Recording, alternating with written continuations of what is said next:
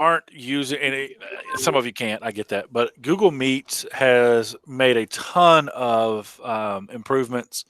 Um, for example, now as a teacher, you have host controls, so I can let you share your screen. I can let you not send chat. I can do all kinds of craziness, as well as use the new Jamboard tool, which is pretty cool. It's a great way to get engagement during the during your meets if you want that. So, um, cool. Well, thank you everybody for being here. It's it is 2020 in every sense of the word. But I'm really glad that you guys we could get together on this, and I have it scheduled for 2 hours. I don't know if it's going to go that long because we have covered a ton in the first three sessions and stuff. So um, we'll get in here. We'll try to get everything going as much as we can, and then we can um, break out and do other things if we need, or if you guys want to hang out and chat, because it's I love getting to do this because I get to see my family.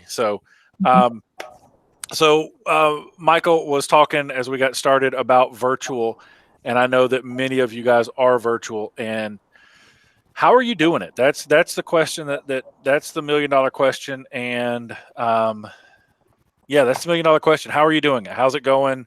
What have you learned so far? It's going pretty well for me. What kind of projects are you giving them to do? All right, so so what I did was that I ran my projects through as kind of like a progression, so to speak. So I have a school appointed textbook. So like week 1, I had them read the textbook, and that the first chapter we read on was about the roles in film production. And so week 2, I gave them an assignment, and that assignment was just we're just going to use Flipgrid. We're not going to do any fancy editing. We're just going to record a take of yourself talking for 1 minute about which of those roles in film production did you find the most interesting and why. So it's just get the students used to getting that camera, whether it's their phone, whether it's their Chromebook or whatever, getting in front of that camera, getting used to hitting the record button, getting used to hearing themselves talk on camera, and posting that video onto Flipgrid. Okay, so that's my first question. Mm-hmm. I have students who don't want to be on camera.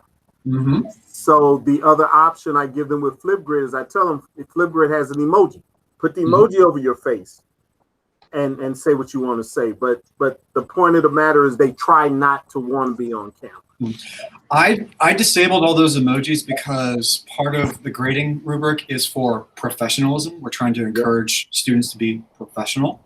So I don't think emojis or fancy coloring or any of that stuff, I disabled all of it. And it's just like, no, we're going to be professional. We're going to do this straight. Everyone's got to do it. And I have to use a platform called It's Learning. I could have potentially used Google Classroom, but they made me teach classes on It's Learning. So I just like, whatever, I'm going to do that. What It's Learning allowed me to do was I make the kids share their assignments from Flipgrid onto It's Learning. And I know Flipgrid can do sharing, but I make the students, part of what Flipgrid allows them, It's Learning allows them to do is that it can allow students forces them to review up to 3 projects. Mm-hmm. So I make them review each other every assignment. So they have to review 3 of their peers.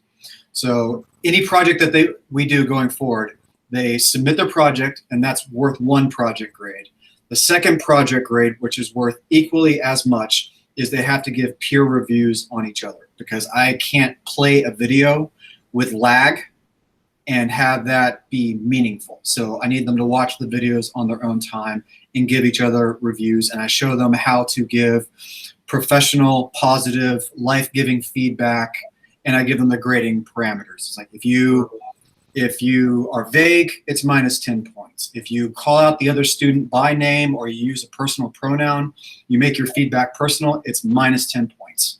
If you miss grading or if you miss giving one of those students feedback, it's minus 20 points. And they have access to the rubric, so they have to give the grades on the rubric.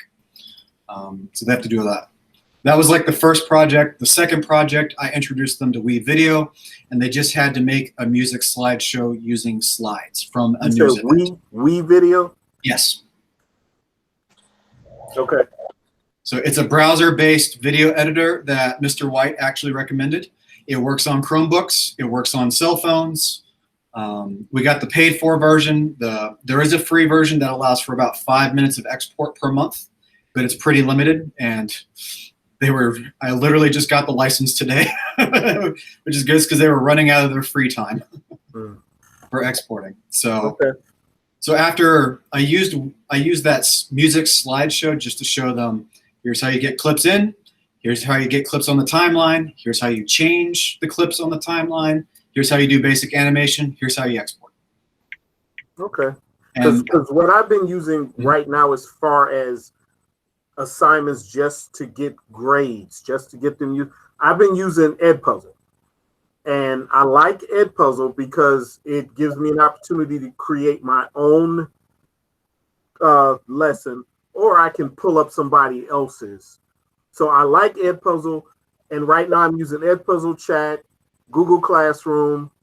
I wanna pick maybe one or two more things, but not a lot that's gonna confuse me, or because I'm still a baby with this with this stuff. I'm still wet behind the ears with this stuff.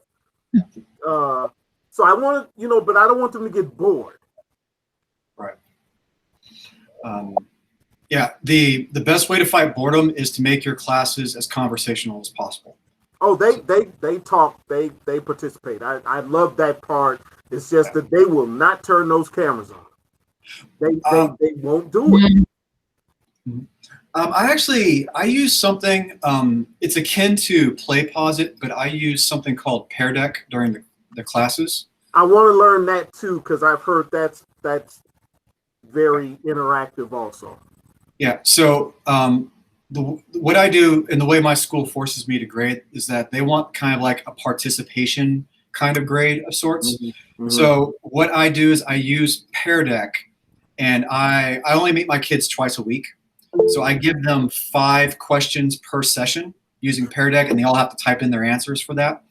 And the first question of every session is log in, type your name in for attendance.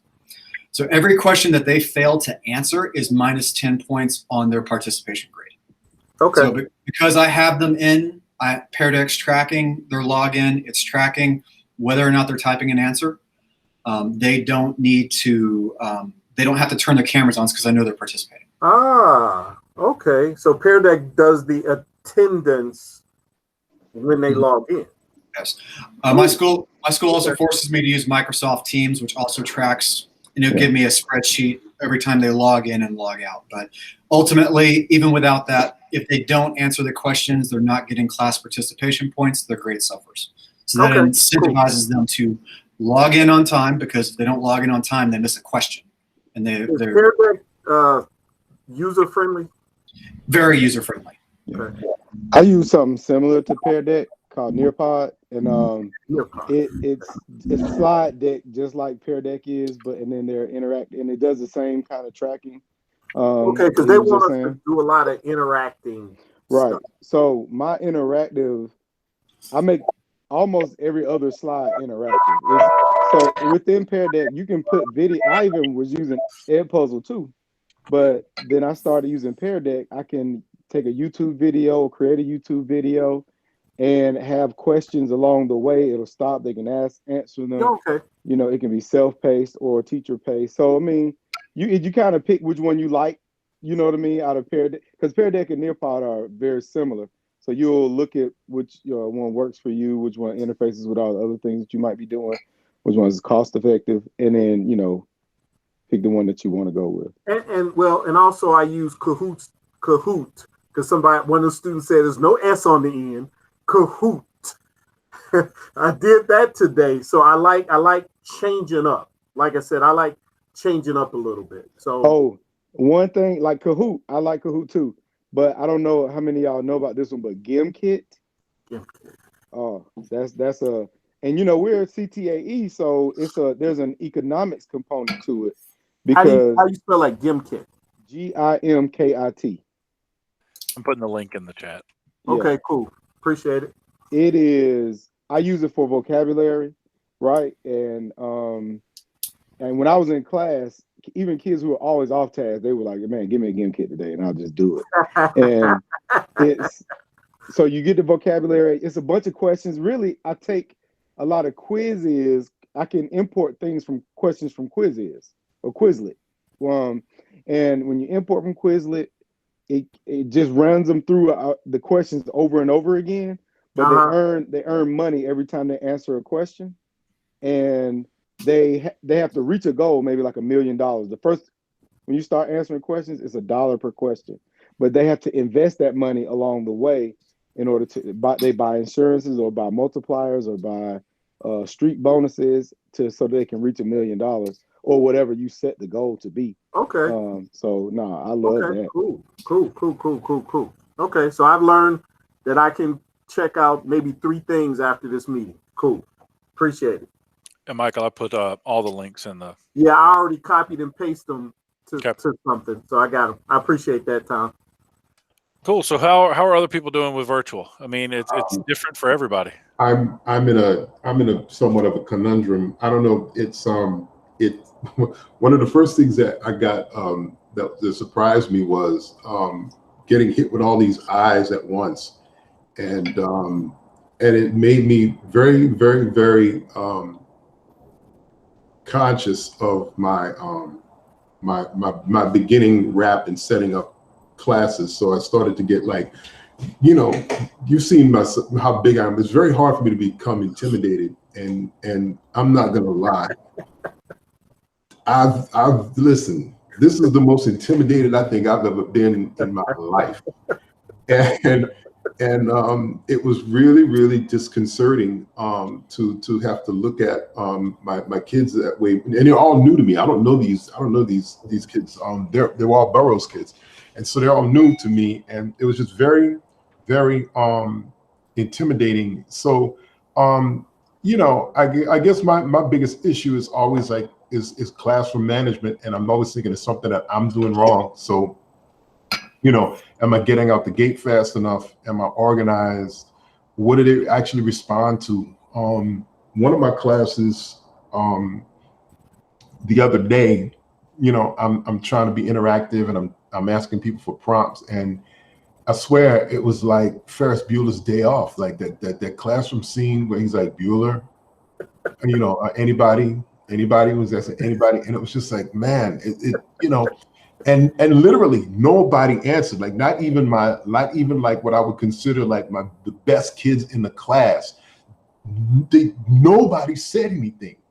They were all like in profile, or it was like this, and or the camera was completely off, and it just didn't say anything. And I was like, oh my God, this sucks. Do you think they all got together and played this joke? Yeah, I literally started to think, okay, it's this conspiracy.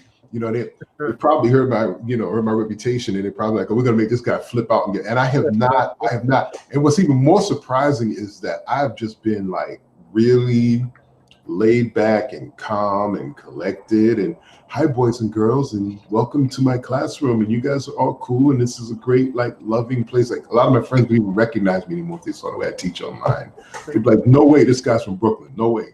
So or lived in Brooklyn all those years. So all I'm saying is that I just have some paranoia at this time about my process and whether or not I'm just doing things right. So I'm always in a state of second guessing and analysis paralysis. So the result is that I'm never really as prepared as I need to be when I'm going into the classroom. And that just sort of feeds into the whole insecurity thing for me, because I hate feeling like I don't know what I'm doing when I go into the classroom. So for me, I tried to use Nearpod. I'm still trying to learn, the intricacies of Nearpod. I'm primarily in the Google Classroom, and I'm trying to figure out how to be more economical. If you look at my third or fourth, I got like a list of topics and lists of assignments inside of topics, and I'm like, oh my God, these poor kids. And I'm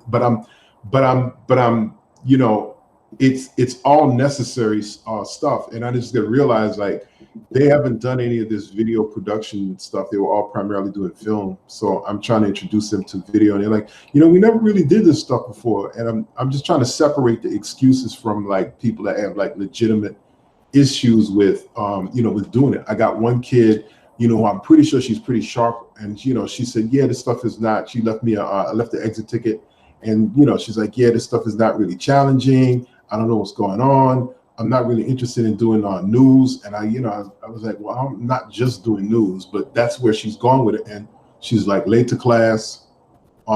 She never knows what's happening.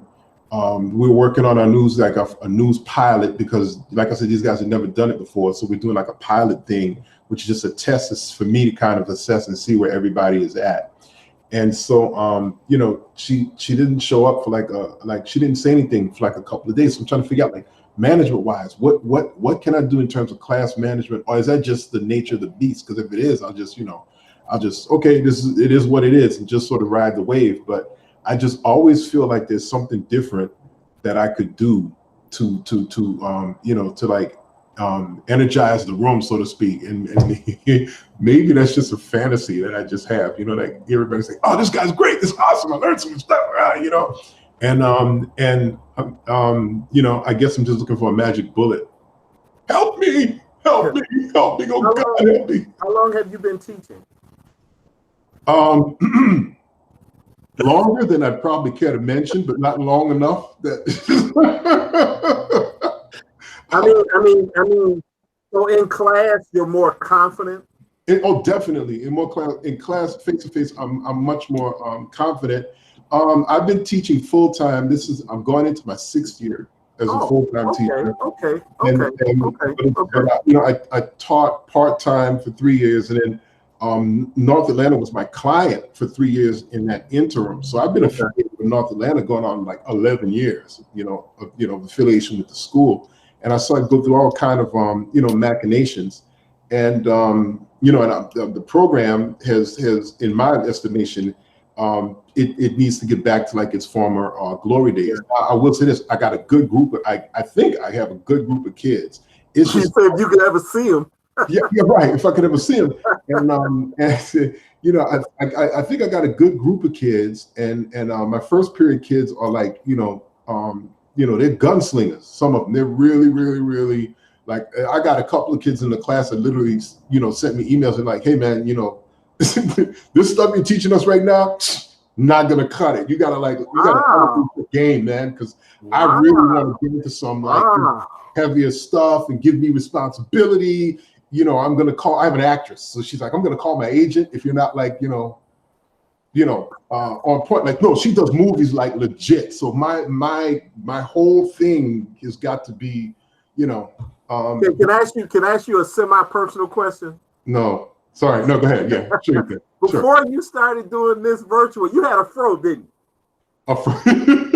I had a big giant. Man, these things you telling us, man, my hair would fall out, dude. I used to have to like cornrows. I didn't need extensions. They actually were real. Man, you I had, you know, I had to beat it. They look like, you know, in the 80s. You know what I mean? Man, they telling you, they calling you out already. Golly. Yeah, you know, and the beard, you know, I'm still, you know, I just trimmed it for the first time in a month, 2 months. It was just growing. Wow. So no, but I literally spend a lot of time trying to zero in on how to be effective in the classroom in the time that at first I thought, you know, 75 minutes is our time, and I was thinking like, oh, that's too long. I'm going to be in front of these guys too long, and I'm never going to get any. And then it turns out I'm realizing that 75 minutes is not long enough. And to answer a question that you had, and I think some other people had, I mean, I literally tell them, okay, grab your cell phone. You know, here's the shots you need to make. You know, let's watch an example of news shows that we've done in the past. Tom said, don't show people don't show them news shows. And I did it anyway, man.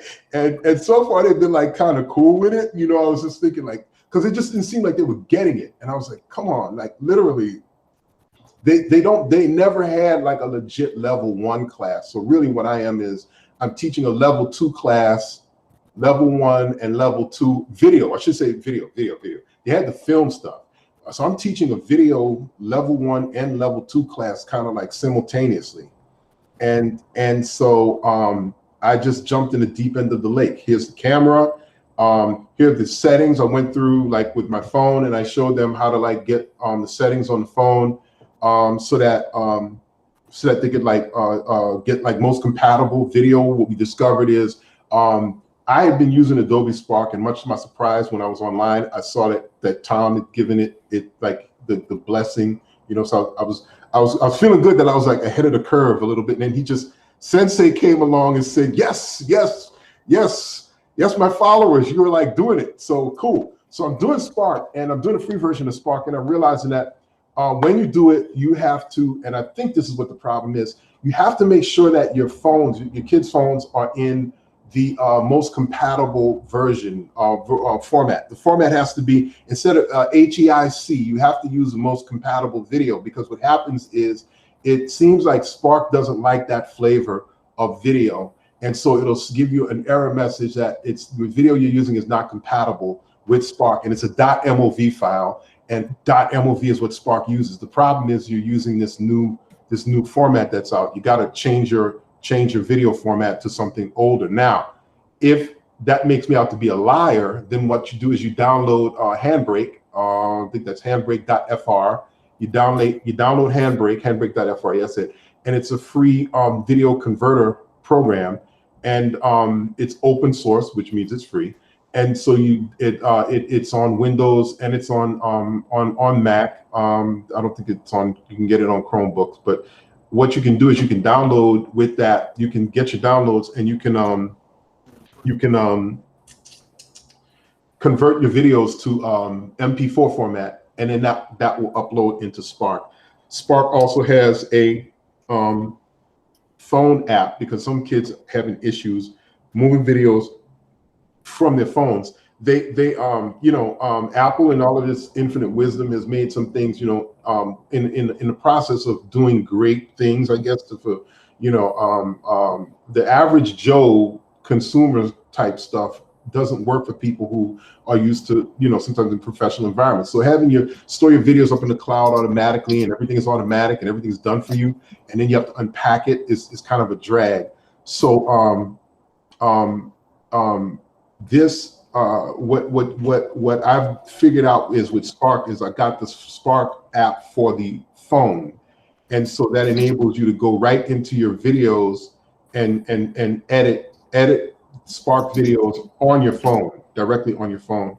And it is a great app. Spark is. It is. I'm going to say it. It's like the app for all things social media, and in terms of social media production. So if you got kids that are trying to do the YouTube thing and trying to do the Instagram thing, and you're figuring out ways to integrate that into what you're doing, Spark is the way to go, because it has pages, it has posts, and it has video, and all of those things kind of work together in a melange of like awesomeness for doing projects. So it can actually do cool things that you're seeing, online, right on their phone, with video that they've shot on their phone. So it's a great program, and that's what we started with. And the only thing I've got problems now with is convincing the other thing is we bought the Adobe Creative Cloud for our kids, and the issue is, of course, the technology and their willingness to get technical, because now they have to get the authorization correct, and now they have to download the program and get it onto their computer. So we're discovering what a big headache that is, because for some reason or another, even after they've been certified, they still can't get onto the they still can't get the authorizations right. So we're trying to work that out and figure out what the deal is with that. But that's been my issue. I'm Nearpoding. I'm using Google Classroom, and then there's this other portal that our CTE department brought called ICEV, that we're supposed to do like it's great. It does everything under one roof, assessments, and it's just really awesome. But it's almost too much, like with everything else that we have to do. And then right behind that, my school comes up with their own testing platform. I was like, wow, really? And you know, and it's funny, I got ahead of this and I asked my grade level admin, I said, okay, with all of the, you know, teaching bells and whistles you guys are looking for, you know, whether it's rigorous and challenging and it doesn't hit level 6 on the cognitive, you know, blah, blah, blah scale. And they're like, yeah, whatever you guys got in CTAE is going to be fine. I'm like, okay, great. I'll learn that platform then. And so I'm learning it. And then they turn around and say, nope, this is the one we want you guys to use to like turn your assessments in. So yeah, I'm kind of getting it from both ends, both my, you know, school side and, you know, and with the kids. But like I said, I'm confident that I got a good bunch and that they're gonna, you know, they're gonna ride with me through this. And at the end of the semester, you know, I'm gonna have a pretty decent trained group of kids. The sad part about it is I'm not gonna see them until, you know, if we stay virtual, I'm not gonna see them for another year. You know, and that's the biggest drag. I feel you on that. I like interacting with my kids face to face. I feel you on that. And as online has taught me, I've realized that I've blabbed rather long, so I'll turn this over to others so that I not monopolize the time here. Sorry. So Lou, let me ask, and just tell you that, you know, anything that you have the kids doing to produce is a win. Mhm. And from my experience doing these and some experiences that I'm talking, you know, with other, you know, UGA professors and you know, just different people, it's not uncommon for the Bueller moments, you know. Okay. I don't think any of them are in here, so I'm going to say this. I did the new teacher training for the state Tuesday night, and someone had posted a question in the chat like 30 minutes prior, and I was like, hey, so, and I'm going to pick on Steve because he's there next to the chat. Hey, Steve. I was like, hey, Steve, and it'd gone logo. I was like, so let me get some more details about that.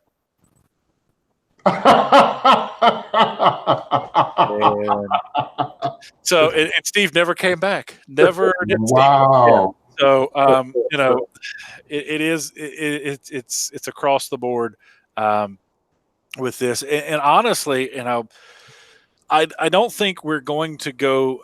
I don't think the education system is going to go to a full virtual like this long term, but I don't think this is the last time we're going to see it. And I can assure you that digital learning days and things like that are going to be built into the calendar probably for the rest of our careers and you know, forever. Because as you know, as they're looking at budgets, you know, if it takes a school a system $500,000 a day to run buses and power buildings and that kind of stuff, and they're $5 million short, you know, you keep the kids home 10 days and, you know, there you go. So I really do think this is something that we've got to figure out. And I pray that it never happens again to where it's a 4-month virtual. I just, again, that's especially for what we do. It's not easy. It's not easy on the academics either. As you all, you know, I'm married to an English teacher. She had at one point, and she had enough kids drop and go virtual that she doesn't have to do this anymore. But she was teaching in one room to 9 kids, and across the hall were another 9 kids watching it on Google Meets. And you know, so I just pray it never happens again. But you know, if you have them using Spark and the for me as kind of the social media guy for my program, obviously, and then for the school, I have Spark Post on my phone. And like last night, I got a text that our girls had beat the #1 team in the state.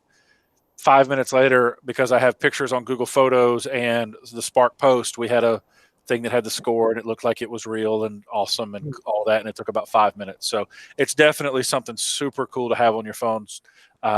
I use Spark Post probably daily. I actually teach it to my animation kids to get them that basic understanding. But again, the virtual thing, my heart goes out to you guys. It's a tough year. Anybody having good wins with virtual? I mean, we only hear the losses, but somebody has to have some semblance of a win if they did the right thing, I'm going to post my first like pilot show tomorrow. Sweet. Sweet. Have you guys heard of Loom? Yes. Loom. I was Okay. just looking at it in the window. It's in my browser window right So now. let me. I'm going to share my screen and show you. Let me open up. So my students use Rundown Creator to create the news, and let's see. Share screen. I have multiple screens going. Oh, why won't it let me share? Present now. There we go. Okay. Are we presenting? Let's see. A window. I want this one. Okay. So this is Rundown Creator. And the Loom is a Chrome plugin. And if you look up here, it looks like this little flower. And what we're doing and we're not doing it tomorrow and Monday because I'm burned out. You hit that, and if they have a Chromebook, if they have anything with a camera on it, they can read their script and look at their cameras, and it will record just video. And it, unlike other things like this, they don't have to download, upload. When you're done recording, it gives you a link, a Loom link. So I will play for a moment. And you see it shows them exactly. So, you just play, click, and then when you're done, you can hit that. Well, then it gives you this link, and they can send you that as the teacher, and you can download it and view the footage in Loom. There it is. And you can comment, you can do all kinds of stuff in there with that. What I've started doing is when a student submits their work, I will open it in YouTube, but then open a Loom. So it's kind of like a Mr. White Reacts, because what I found was it took me a lot longer to stop and type and stop and type and stop and type, whereas I could just stop it and, hey, the angle on that's bad, or hey, that's an ugly graphic, or what have you, and just roll with it so that I can give feedback faster. But if you're looking for a way for kids to be able to produce something from home or give feedback, I really highly suggest Loom. It's free for teachers in that way, and it's super easy. You saw how easy it is to do. I mean, we did the whole process just in that little 3-minute demo. Tom, how much is Rundown Creator? Rundown Creator, it depends on how many you're using. They have educational prices, and this was a game changer for me. It starts at $500 a year, or $480 for 25 users, and like up to 250 users. I don't know who would ever need that. Is $2,000 a year.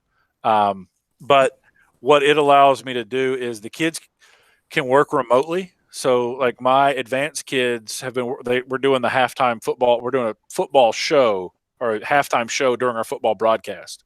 So they can write, it's web-based, so they can do it on their phone. They can do it on anything, and they can write and mark up a script. Let me log in again.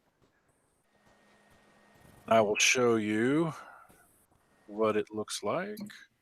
Chrome tab, Rundown Creator. So this is our show for tomorrow, and so here's softball. Share this tab, and so you get this pop-up window here. You can write in it, and it tells you who did the last edit. But then you have these anchor tags. You can do videos. You can build packages. You can build all that stuff in there. So let's go to the Lewis package. Can you guys see that? Did it drop out? Yeah. Okay. Let me just hold in. So this is so my anchor would see this, and then this shows that the video shows how long the video is, and it stacks everything. to the because it throws a pop up, it messes up the present. So give me a second to pull this back up. Let's see, screen one. There we go. All right, so this should cover everything. So it gives you the rundown. You estimate your duration. It tells you what your actual duration is, but you can also run your teleprompter out of here, so you see the intro there. And it's super cool. It's super easy. It really changed kind of how I did what we do, because it allowed me to actually have a real teleprompter. But let me fast forward. There we go.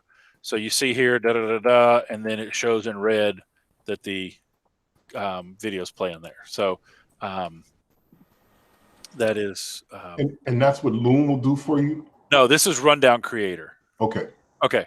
Yeah, Rundown Creator is and it's what real, I mean, your major places are going to use Ross and that kind of stuff, but like Georgia College uses it, UGA uses it, and it's cool because you can do it on the run. Loom is this plug-in here, Right? That you can screen capture, you can do what have you, with that. So that's what that is, Angelique. Is Loom allows you to do the screen capture, and again, you tilt it so that you don't look. I always get frustrated because I fuss at the kids all the time about headroom, and then these always, But anyways, yeah. So you would hit record, and I'll do it again just to kind of show. There we go. So it's recording, and la la la la la, and I talk about what have you, and then I hit OK, and you guys can still see that, right? And then when it's done, it will give you this, which is actually your video recording. You can play back, and then you have this link that you would copy that link to your students, or they could copy back to you their Loom. I had all the kids put it on their Chromebooks the day I figured out about it.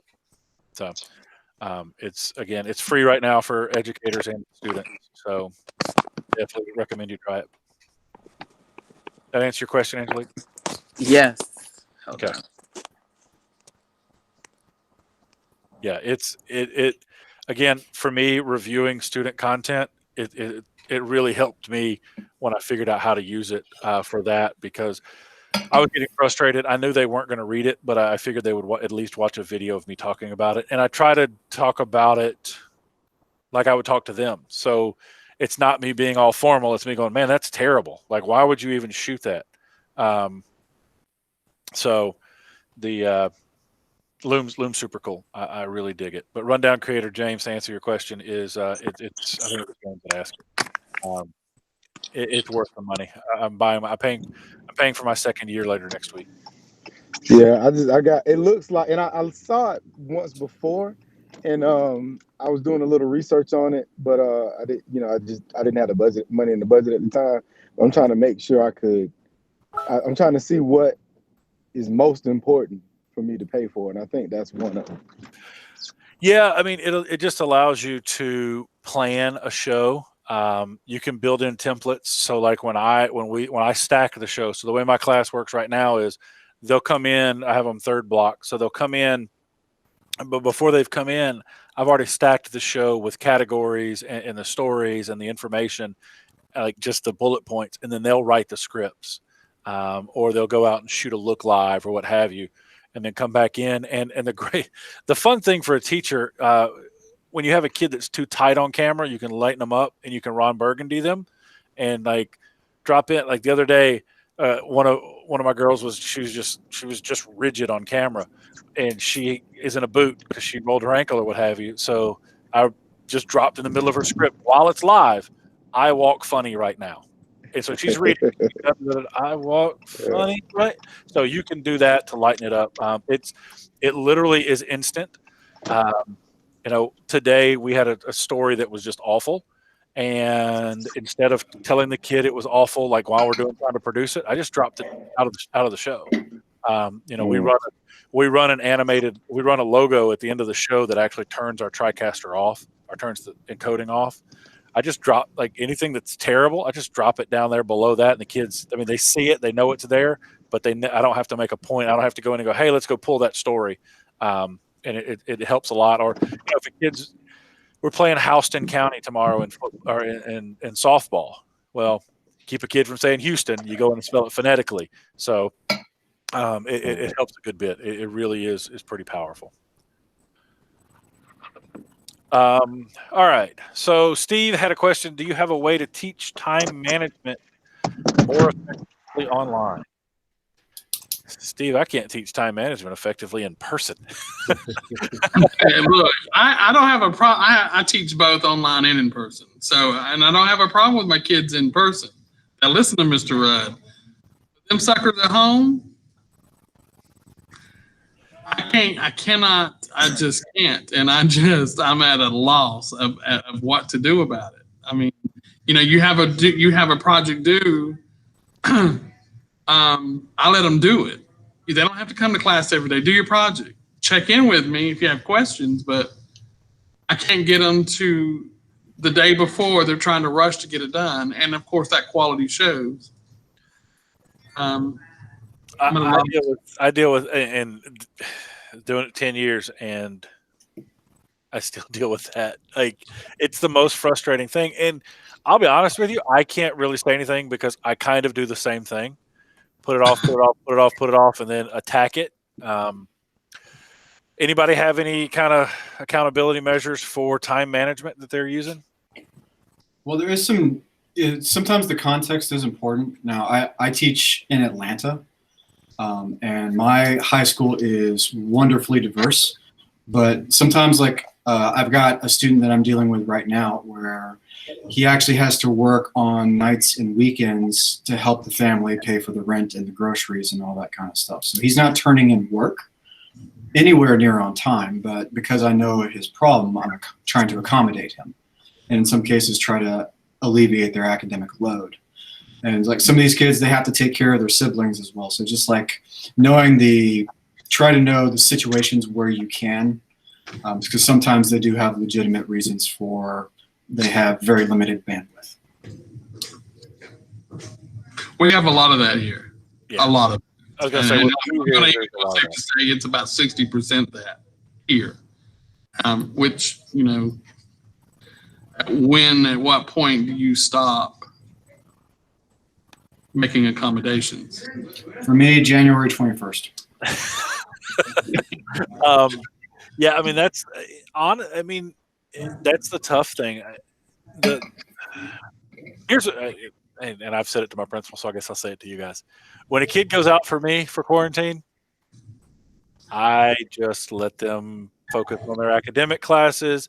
I'll catch you up when we get back, just because my expectation levels are so high that I found myself getting more angry. And again, I know that not everybody can do this.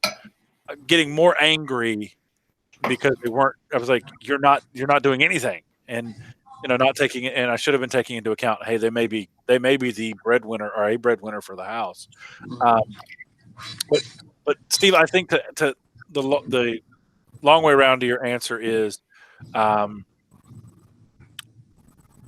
accountability with grace, as well as just explaining, hey, the Super Bowl kicks off at 6:19 on the first Sunday in February. If you turn in your video on that Monday for Pepsi, you'll never work again.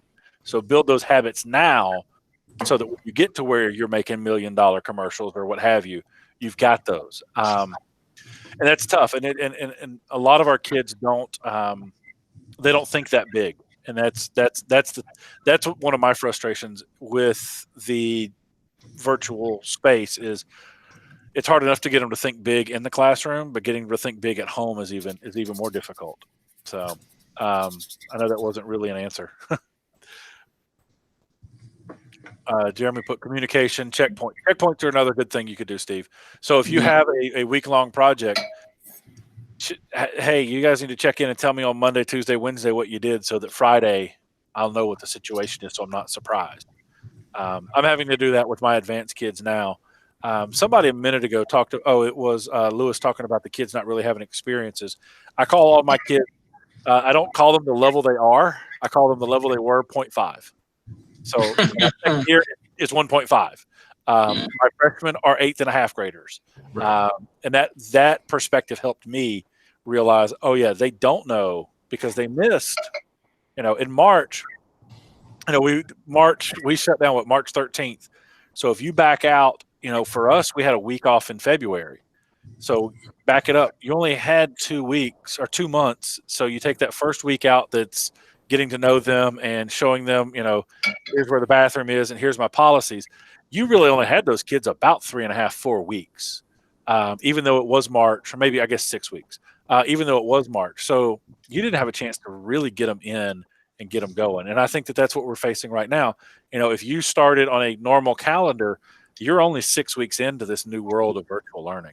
And there's going to be some norming and storming. There's going to be a lot of storming as they grow into that. So hopefully that helps some. Thank you. All right.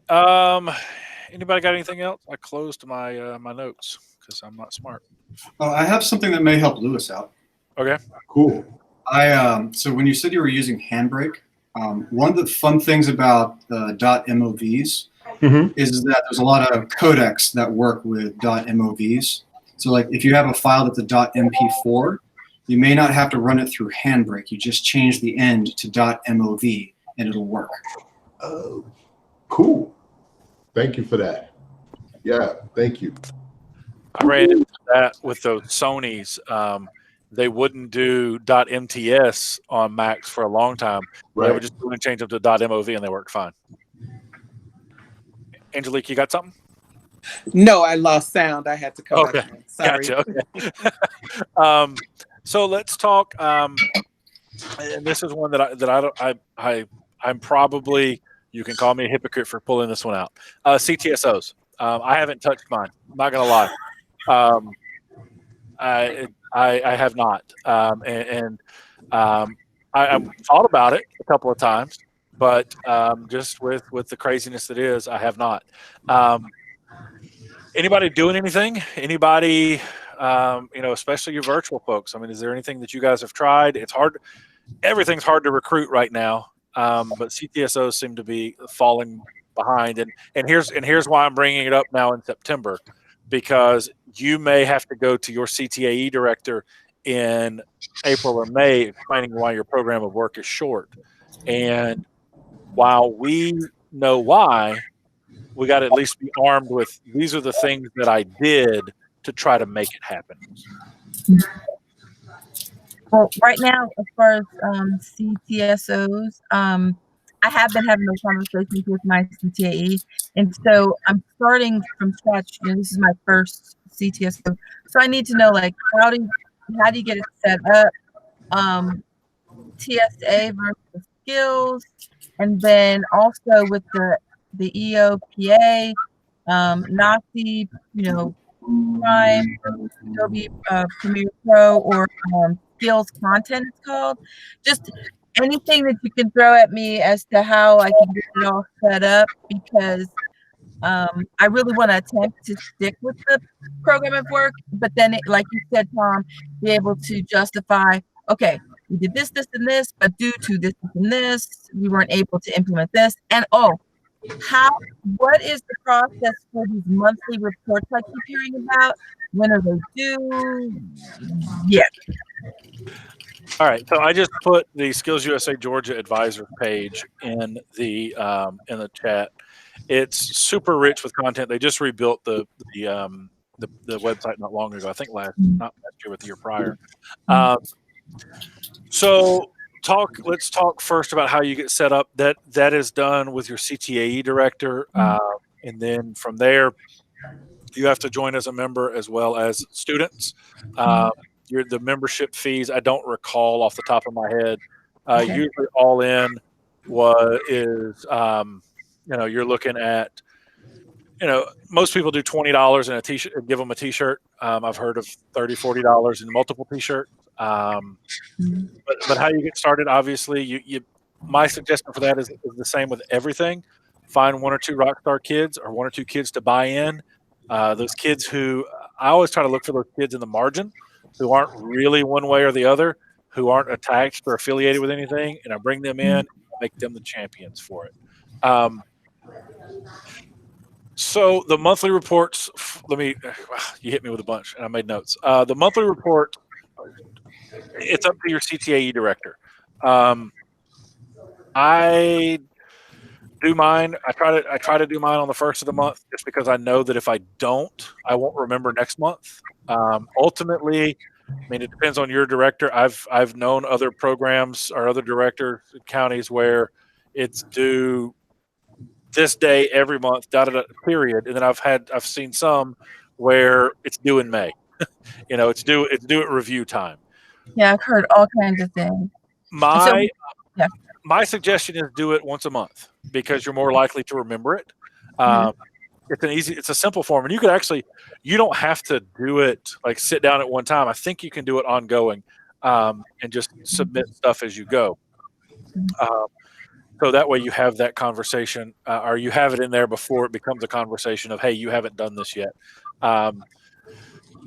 So that is the first piece. And what you're trying to do there is you're trying to show, and what I've done, and again, I'm 3 years in here. I have one Skills USA member. I am roping my broadcast team in, and we're going to pay for them to be, so I can have like 7. And we're going to talk Skills USA, and we're going to do the stuff, but it's not going to be a standalone thing. Where I am, again, small school, there's every CTSO plus band and all the sports. It's hard to pull that time.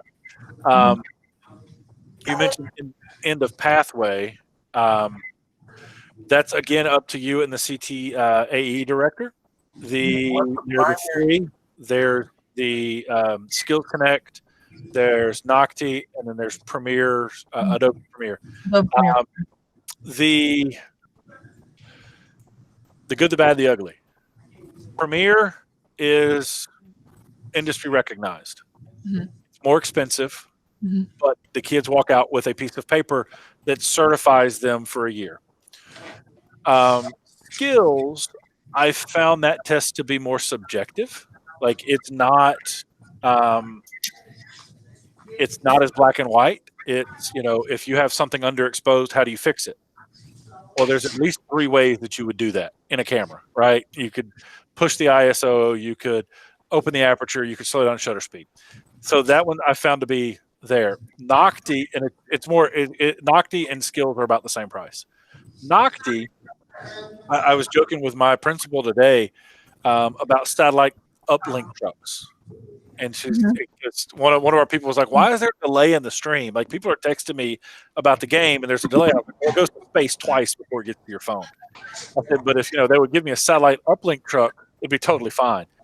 And my principal rolled her eyes and I said, hey, it's a question on Nocti. Yeah, so I know. He mentioned it before. I'm like, I told my kids, I was, look, if there's a satellite uplink thing, it's a truck, go with the truck. And they were like, okay, we're gonna remember that. But it's more wide ranging, if that makes sense. It's going to cover more stuff. So I'm doing Adobe Premiere for my kids. I had 2 take it. I had 1 pass. I had 1 miss by like 7 points. But he's like a test anxiety kid, so he didn't take it again.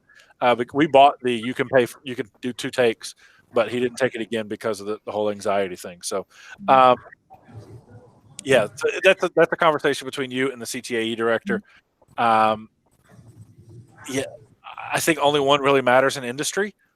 I think the other 2 just matter in education. I mean, outside of education, no one knows what a Skills USA or a Nocti is that I've met. So, that's my feedback on that. But anybody doing virtual skills meetings? We're going to. Later this month, I think, or in October, we're actually going to do, which I think is kind of late, but Yeah, it's tough. I mean, I told somebody the other day that anything that we did last year, add 4 weeks to it, add a month, because it's just it's that situation. The thing I'm having is the hard thing I'm having is, okay, so we're not like going out to do competitions and things of that nature, so. I'm trying to get my head wrapped around like other than the fact that, okay, it's in the program of work and you got to do it. So I'm getting resistance from kids about like, having to kick out money, and they always are like, oh, I'm paying for grades and stuff like that. I'm like, no, that's not what it is. This is part of the curriculum. It's baked into the curriculum, So, but the other side of me is, if we're not out doing things, how do I pitch this so that the kids understand? Like, I'm kind of like in soldier mode. It's like, okay, the orders say do this, and I'm going to do that without question. But I would like to be able to legitimize, their concerns. Not legitimize the concerns, but like, shoot down whatever opposition I get to, being a part of the organization, other than the fact that do it because it says so, and because I'm doing it, and that kind of a thing. My follow-up to that would be, are any of the competitions set up as virtual as far as we know right now, or is everything still in limbo? Because I put those in my program of work as well. I don't know. Okay. I'll reach out to Ashley and find out what's up, if there's anything. I can tell you that, my role on Taiga, we're still waiting to figure out winter conference, if it's going to be live or virtual. So I think everybody's kind of waiting to see that from there. So yeah, that's a good point, and I don't know the answer to it, Lewis. I wish I did. It's hard to sell it. It's really hard to sell a cash investment into something that may or may not be something. It may just be, hey, I joined this thing. My suggestion, and honestly, that's why I am burying it with my live broadcast team, because I got to find a way to do it to make it happen for my program.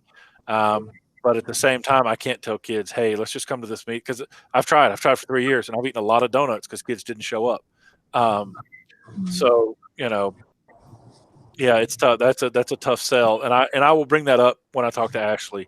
What are we selling kids on? Because the big sale, despite the fact Skills doesn't really want it to be, is the competitions. It is that state conference. It is that interaction. It's that meeting new people and hanging out in the hotel in Atlanta and those things. And that's what they sign up for. You hate to dangle, the shiny white object, woo, and then, woo, and then, but the reality of it is a lot of kids were very resistant to the once they did attend the conference and go to the conference, and my goodness, actually won something, they actually became like mouthpieces for like other people to get involved, and so I had to roll back a little bit on my intimidation tactics to get kids to sign up. I don't know if I ever told you the story, but the graphics teacher at our school, we actually share kids. Like, we actually have kids that are in both our both programs, and so she tries to get the graphics kids to join Skills. And she says more than a few of her kids would say, Ms. Quito, if you don't mind, I want to join Skills with Mr. Alfred. Because and then she's like, well, why? Because no, I just want to join with him, and I don't want to talk about it anymore.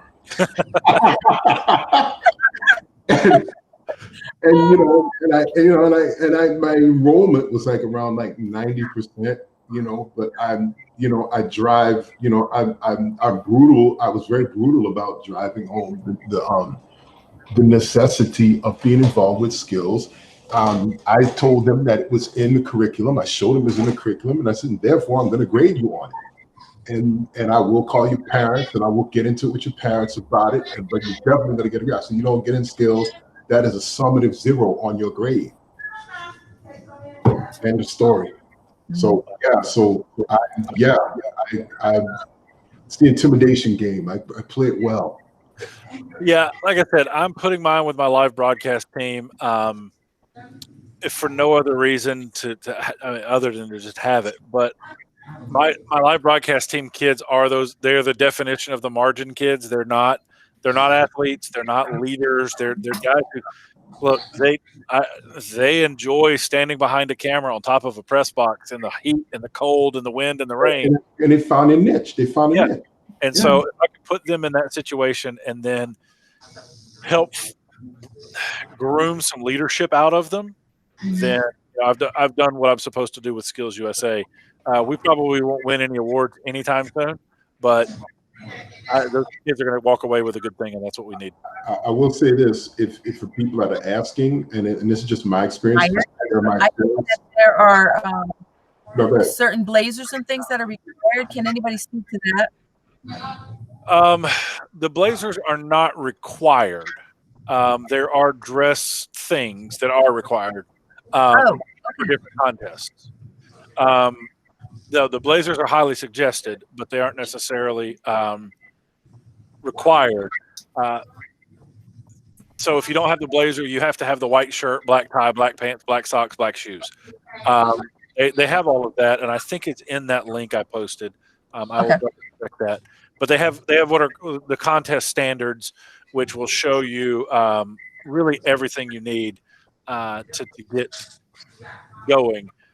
There are things that they're going to have to purchase, like the clothes, like the shirts, and the that kind of stuff. But again, it's not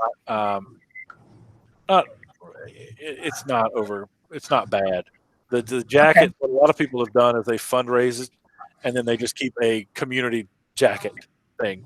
Though I don't know if in 2020 you can do that anymore. I don't know what you can do. Some of the upperclassmen that are moving on, that were actually moving on, particularly if you got like anybody else who does skills in your program, they actually pay it backwards, so to speak, to the classes coming up. Some of them have donated. Some of them have actually sold their blazers to the kids that are coming up, at like half price or something like that. So we're committed to doing skills, and like I said, if you can get some of the some of these kids that like Tom said, or that are like in a niche, might not necessarily fit in any kind of categories anywhere, but they can kind of be like the catalyst for getting others to join. After my seniors that would have been competing this past year when all this drama jumped off, they were like savagely leading the charge with the competitions this year. We only had like two or three teams competing last year, and then this past year we actually had like eight. I think I had eight teams, six teams actually competing at skills. I had like 20 some odd kids, looking to actually get in and actually actively being involved with the competition. So it kind of like caught fire. It really did. So, if you can get the buy-in and have something demonstrative going on, other kids they'll get it and they'll come on board too. Okay. And I will tell you, my first year teaching, I was like, meh on skills. I didn't know what it was, whatever. Our news team went to nationals and I got to go with, and it's super, like to be there and see literally kids from all 50 states, territories, and all of that working together.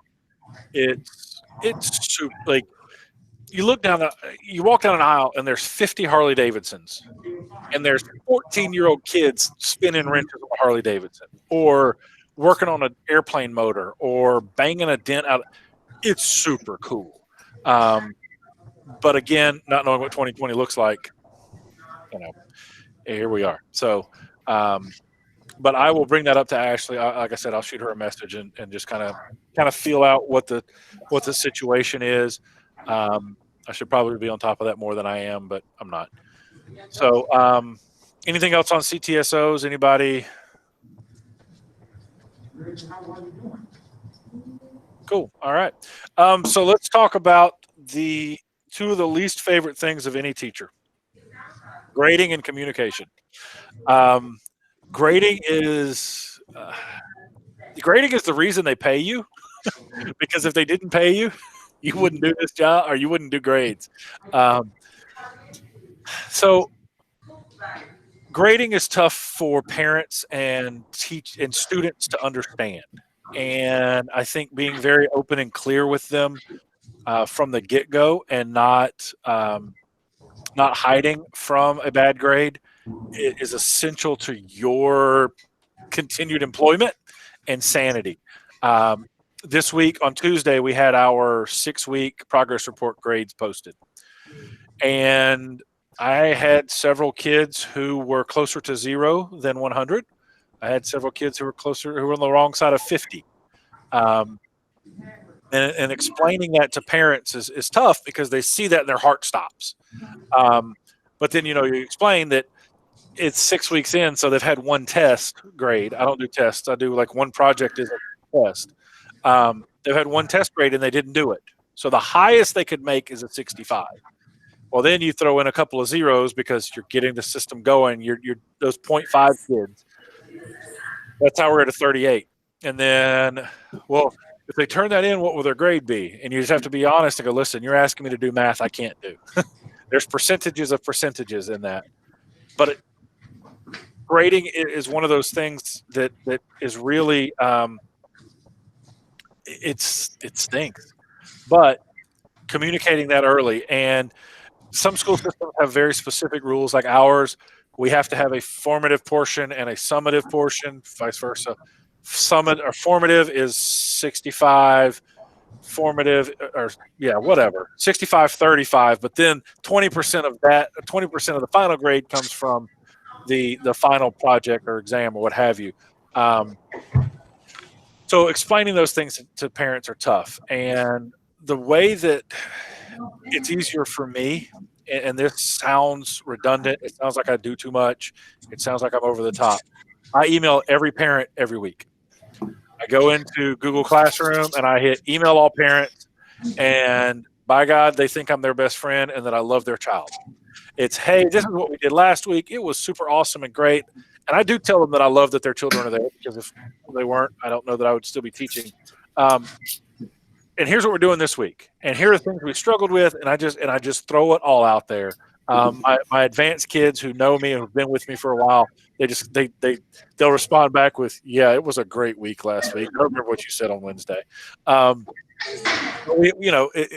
Doing that every week means that on that 6th week or that 12th week or that 18th week, when the grades aren't what they need to be, or when a kid doesn't do the work and I reach out to them, it's not adversarial. It's not me versus them or me versus their kid.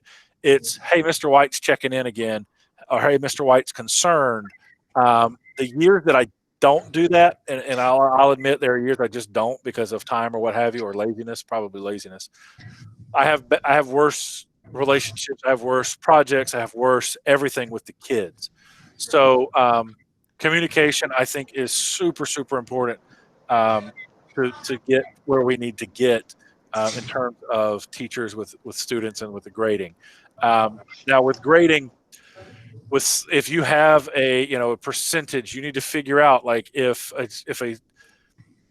student, if I only do one summative and one formative, well, if that kid misses that formative, that's a huge portion, because that formative grade is 60 some odd %.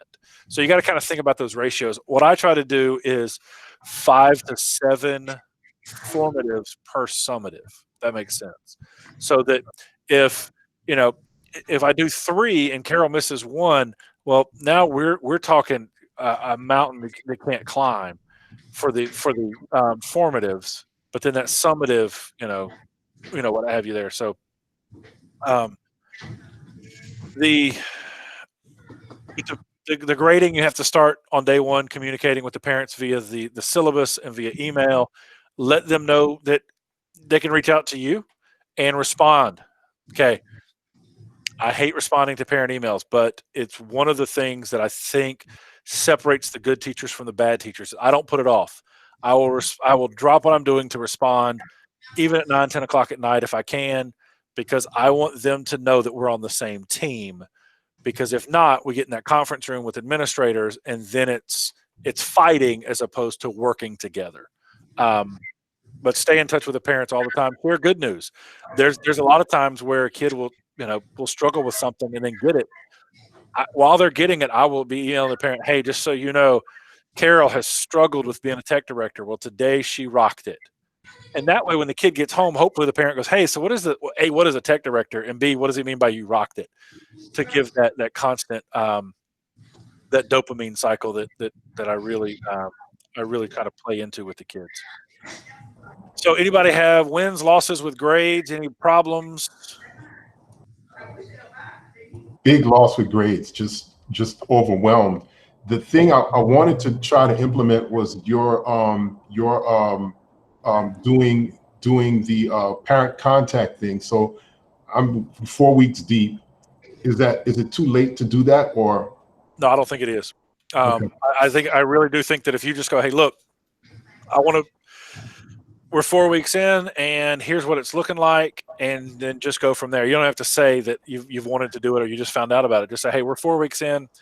I want to make sure we're on the same page. Here's what we did last week. Here's what we're doing next week. And then and I do it Sunday evenings, because I think that's when teachers probably get most. If you measured when teacher effectiveness was, probably Sunday between 6 p.m. and 10 p.m., 90% of the work that teachers do across the country happens in that time. So I just do it then.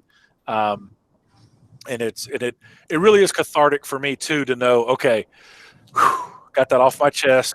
I've done my good deed. And it really is, you're talking about, if your friends saw you, they wouldn't believe you. If you saw these, they're just gushy. I'm so blessed to have your kids in my class. I get to see them. And in my head, I'm going, I really wish your kid would be sick today. And the other thing that I do is I copy the kids. That's the other thing that I do is I put the kids on it too. Anytime I communicate with the parent, I communicate with the kids. I talked earlier about the kid with the 38 grade, not gun.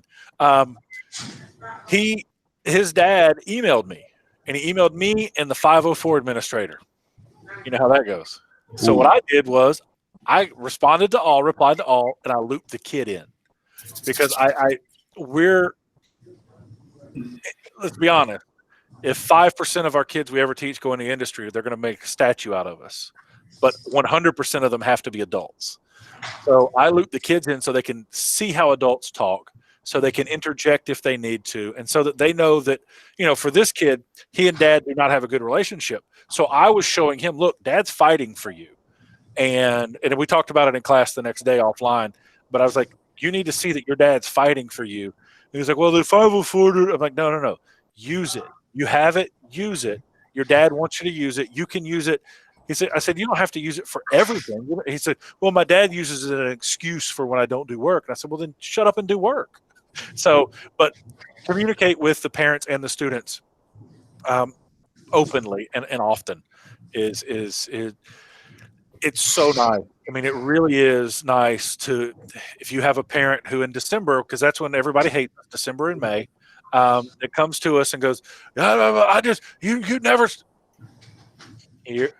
automatically. Oh, and the other people I copy are my principal and my CTAE director. Everybody is in the blind carbon copy, the students and parents.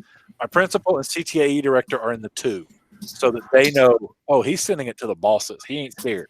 But it's nice to, at the end of when I need it, to go, here are the times I told you what we were doing. Here are the times, and then pepper that in with other communications with the parents, when the grades aren't going well or when they do good things. And it makes that conversation a lot easier. So do you generally say the kids are doing things, or you actually target each email? Do you like the Sunday is everybody. So so each class gets if I there's 2 kids that I have, or 3 kids I have for 2 classes, their parents get 2 separate ones. They get one for first period and one for third period. But then, if it's something in particular, like Lewis asked great questions today, I think he's starting to kind of get over the hump. I'm going to say, hey, this happened. So it's a combination of both. I probably, my first year class, my upper level class, I don't send as many. In a first year class, I probably send 8 to 10 personal emails a week of, hey, you need to watch the show today. Your daughter did great as the anchor, or you need to watch the show today because they wrote the story that's about the football team. Listen to how much their writing or reading has gone up. familiarizing yourself with those kids who they've said can't read and write, and then going in with those, hey, look, this is, I had a young lady who, if you read all the background on her, you would think she couldn't read or write a word, but she can stand in front of a teleprompter and rock it. She's reading moving words she can read. Okay. And I sell that to the parent, and I sell that to the child, and go from there to again empower those kids and make those parents. We only have them for 90 minutes a day, but those parents have the impact. So I want the parents to be proud of them too. But yeah, communicating that is very, very important. All of the little wins, and I'm sure there are some parents who are like, "Oh, great, he's emailing again. Well, great, my kid walked across." But again, I would rather the kid know I'm proud of them than to know that they're just another number. So, any other communication issues, woes? Again, the only thing I can speak to is Google Classroom, but I don't know if the other learning management systems will let you do that stuff. But if not, go into your system and get all the emails you can get. Oh, so another reason that I do the mass emails. 6 week. So again, grades are wonky. They're weird. They're not true indicators. Before I hit post to the grades, I emailed all the parents. Every parent got an email that said, "Hey, listen, the 6 week grade is crap." I didn't say this verbatim. 6 week grade is crap. If you have a question specifically, please let me know. Don't go, grades are weird. They look worse than they are for the most part. If we're having an issue, I would have contacted you by now. And then I hit post so that it beat the post to the parent, and that way when the parent saw, "Oh, my child has a 25," well, he was out last week, so he didn't get that one piece. That saved.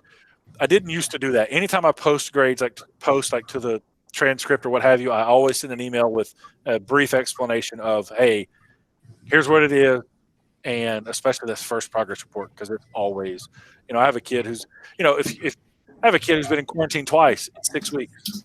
So she's been in class, best case scenario, 10 days. What's her grade going to look like? Even if I exempt everything, except when she was there, what's her grade going to look like? It's not going to be good. So anything else on that? All right. I have one more thing that I want to save for last. Are there any questions, any problems? James, it's good to see you this week, man. I would have loved to see you last week too, but sorry, not James. Winston. Winston gave me a heart attack last week. He sent me an email about this time, and he's like, "Hey, man, I'm running late," and I'm like, "Oh crap, what am I missing?" I need a break. That's all I can say. So our county changed the schedule. We were going to have one virtual day, like Monday, but then they're like, "Hey, let's do Friday too." So since the second week of August, we've had one full week of school. We've been doing 4 days, and then virtual day, and then another 4 days, and then so we have Friday and Monday off. Next week is homecoming week. Pray for me. And then after that, it's fall break, and then we're back for 2 weeks, and then a digital week, and then another digital week, and then it's Thanksgiving. Yeah. So I don't know what day it is. But Winston about dropped me last week. I was doing a volleyball match. People sitting here waiting on it. So what are other things? What can we help with as a collective?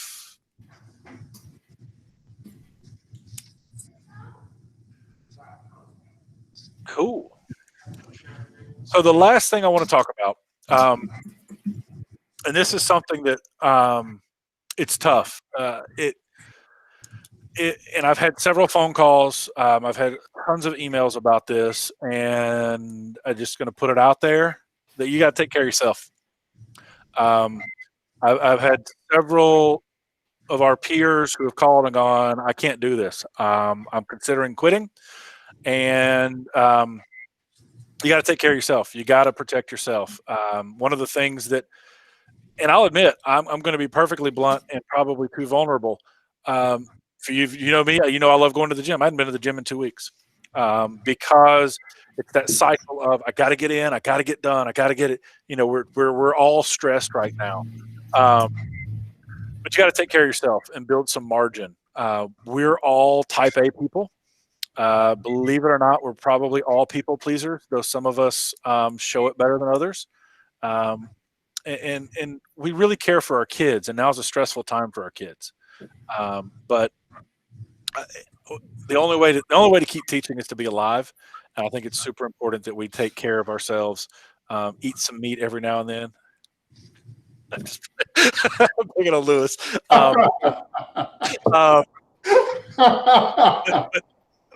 Build some margin. We work. I made the joke about us working on Sunday nights. Last night and the night before, I didn't even take my laptop home. I literally walked out of here completely empty-handed. Went home, ate dinner with my family, sat on the couch, watched TV. I responded to some emails, and I made that graphic I told you earlier. But I didn't take my laptop home. That's what I'm concerned most about for teachers is physical and mental health. Because right now we're getting pulled 1,000 different directions. We are the go-to when it comes to video, and everything now is video. So, take care of yourselves mentally and physically. Find a way to escape. Find a way to laugh. Where's my boss to hear this when I need it? What's that? Nothing. I'm sorry. Oh, you need your boss to hear this? Oh, I was muted. I said, where's my boss when I need him to hear this? Well, I'm recording it. You can send it to him. But I really am, and I'm concerned for educators. It's, and Jeremy's right. Most of you are working in the same place you live. And so you're not getting that break. For me, I'm blessed. I get an hour one way and an hour home to compress and decompress. You got to take a walk, kick a ball, kick a tree, do something, because I want you, I'm hoping that I see you all at Camp TNI in Brunswick next summer. Even if we have to go rogue, I'm good. I don't know how we would do that, but we may just go invade. They can't throw us all out of the school, right? But I seriously, take care of yourself. And again, like I said, I'm not a good example of that the last couple of weeks, but I've got my mind right, and going to do that. But it's super important, and find those little wins that make you smile. Find that kid who can't, according to the school system, can't read, or find that kid who can't write, or find the kid who finally understands active voice, or that understands headroom and composition, and find those little wins to celebrate. It's super easy to linger on the negative. It's super easy to linger on the behavior problems. But today I felt bad. The little girl goes, "It would be really nice if you were like, oh, I don't know, nice." And I was like, I just looked at her and said, "It would be really nice if you shut up." And then she goes, "Ooh, I'm going to tell." And I texted my boss and said, "I just told this girl to shut up." So, yeah. Protect yourself. I want to see you all again soon. That's funny. Dude. Sorry. I get it. When I'm not recording, I'll tell you another story. Unfortunately, my students hear a lot of this. I hear at the same time a lot of my students do a lot of my stuff, and my filter today was gone. So anything else? I mean, we're an hour and a half in on a 2-hour set. I got no problem wrapping early or staying long, whatever you want. Nobody got anything else? Well, I'm going to stop the recording.